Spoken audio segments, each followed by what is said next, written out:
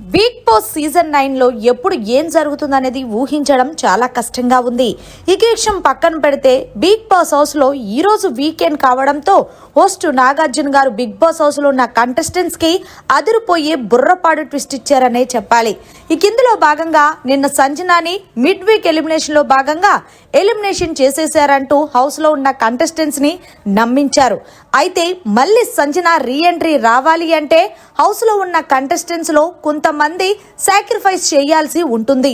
మీలో ఎవరు సాక్రిఫైస్ చేస్తారనేది మీరే నిర్ణయించుకోండి అంటూ పెద్ద టాస్కే పెట్టారు. ఇందులో భాగంగా ముందు తనుజ లేచి, సార్ నాకు కాఫీ ఎంత ఇష్టమో మీకు తెలుసు, అలాగే హౌస్ లో ఉన్న అందరికీ తెలుసు, కాబట్టి మీరు సంజనాని లోపలికి పంపిస్తే నేను ఈ సీజన్ అంతా నేను ఎన్ని రోజులుంటే అన్ని రోజులు కూడా కాఫీ అనేది ముట్టుకోను సార్.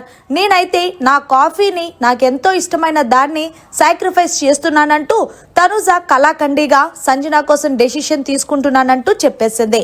ఇక రీతు అయితే, సార్ నేను నా హెయిర్ కట్ని కట్ చేసుకుంటాను సార్, నా హెయిర్ అంటే నాకు చాలా ఇష్టం, కాబట్టి సంజన కోసం నేను ఈ నిర్ణయం తీసుకుంటున్నాను సార్ అంటూ రీతు కూడా చెప్పింది.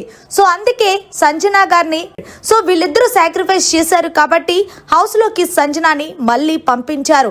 మరి మొత్తానికి ఏదేమైనా సరే రీతు అయితే సింపతి కోసం ట్రై చేసింది, కానీ తనుజ హార్ట్ఫుల్ గా ట్రై చేసిందనే చెప్పాలి.